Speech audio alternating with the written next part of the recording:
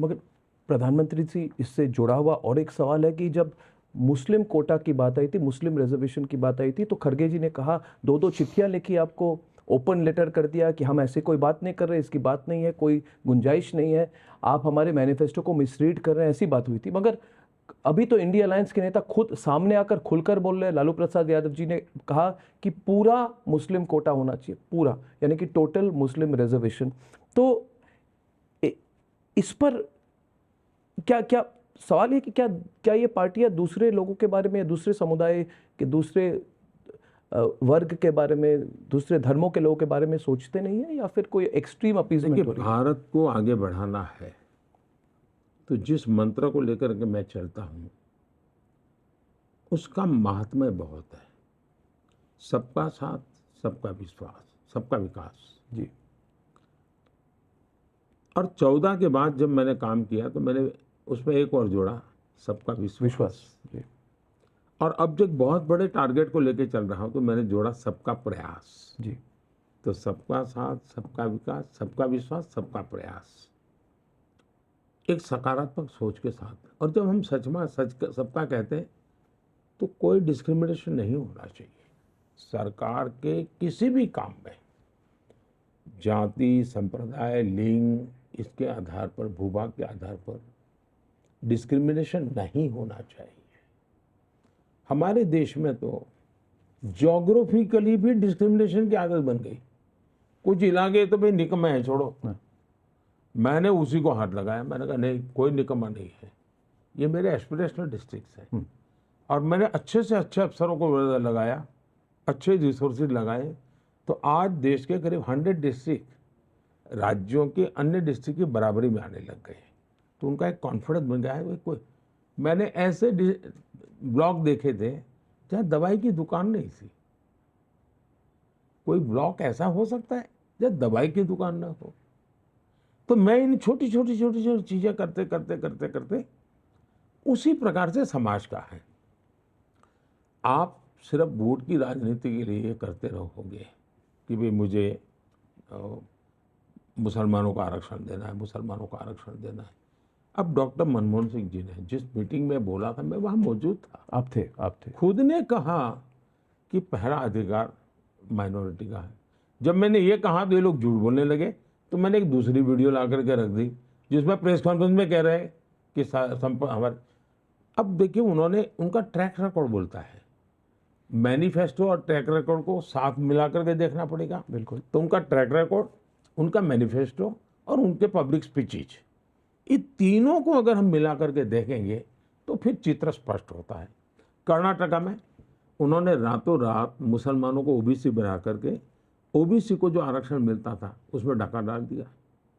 उन्होंने आंध्र में भी ये कोशिश की थी, उन्होंने आरक्षण के लिए, सुप्रीम कोर्ट ने मना किया, मगर बात गई थी। दूसरा, भारत के संविधान सभा ने 75 साल हो रहे संविधान के, बहुत विस्तार से चर्चा की है इस विषय में।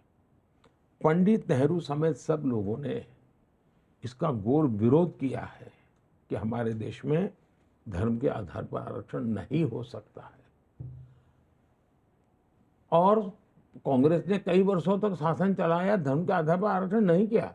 देखिए, अब उनको राजनीतिक अस्तित्व के लिए, क्योंकि उनको लग रहा है कि सबसे ज़्यादा एससी एमएलए किसके?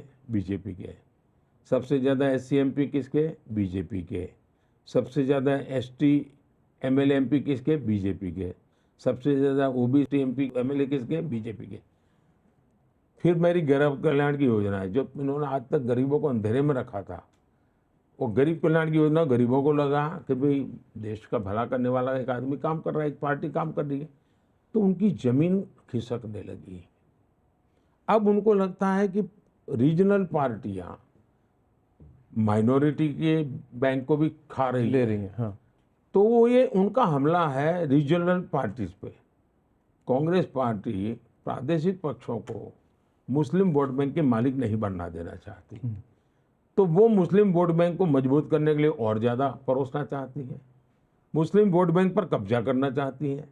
और अपने जो रीजनल पार्टियां हैं, अब जैसे समाजवादी पार्टी, वो मानती है हम ही ठेकेदार हैं, मुस्लिम वोट के। हाँ, अब कांग्रेस ये कर करके खुद लेना चाहती है। तो इस चुनाव में कांग्रेस सीटें जीतने के लिए लड़ नहीं रही है। अब जैसे कल शरद पवार ने एक बयान दिया है, बड़ा इंटरेस्टिंग बयान है।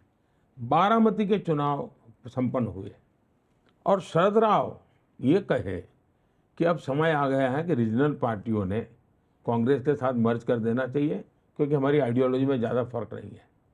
मतलब वो अस्तित्व इतना खो चुके हैं कि अब उनको कांग्रेस के सहारे जिए बिना कोई चारा नहीं है।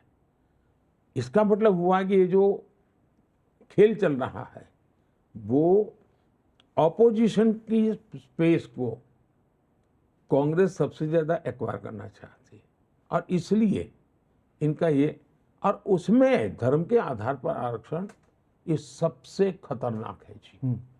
कोई देश ऐसे चल ही नहीं सकता है जी। होता क्या है जी, अगर मैं मुसलमान बोलूं तो मेरे देश के कुछ इकोसिस्टम टूर कहती है मोदी ने चुनाव में हिंदू मुसलमान क्यों लाया। हिंदू मुसलमान मोदी नहीं लाया है, आपके एक्शन में हिंदू मुसलमान है, तो मुझे देश के सामने आपको बेनकाब करना बहुत जरूरी है। It is my duty to educate the people, true. It is my duty to convey the people. उसको अगर कोई मुझ पर आरोप लगा कि मेरी भाषण कॉम्युनल है, मैंने न मुसलमान के खिलाफ कुछ बोला है, न मैंने इस्लाम के खिलाफ बोला है।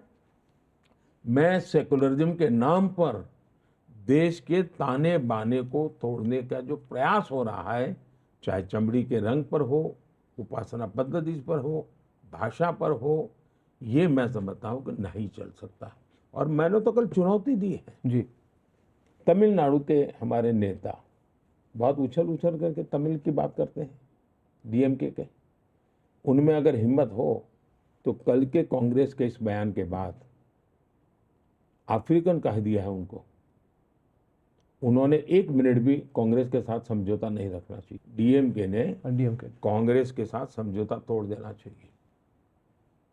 करे खुल, अगर उनको तमिल स्वाभिमान की चिंता है तो इतना बड़ा अपमान किया है कांग्रेस ने, समझौता तोड़ दो। उनके एक प्रवक्ता ने कहा नहीं गलत समझा गया उनको। ये लिपापोती है, इतना बड़ा देश ऐसे गलती नहीं। और खुद कांग्रेस ने स्वीकार किया, तभी तो उनसे इस्तीफा मांग लिया। कांग्रेस ने खुद ने गलती नहीं मानी, कांग्रेस ने माना हाँ ये, मगर सैक नहीं किया। हाँ, सैक नहीं किया। ऐसा है कि ये उनकी कॉमन कोर कमेटी ने निर्णय की हुई चीज उन्होंने की है, लेकिन अब वो घड़ा उनके सर पे फोड़ने जा रहे हैं।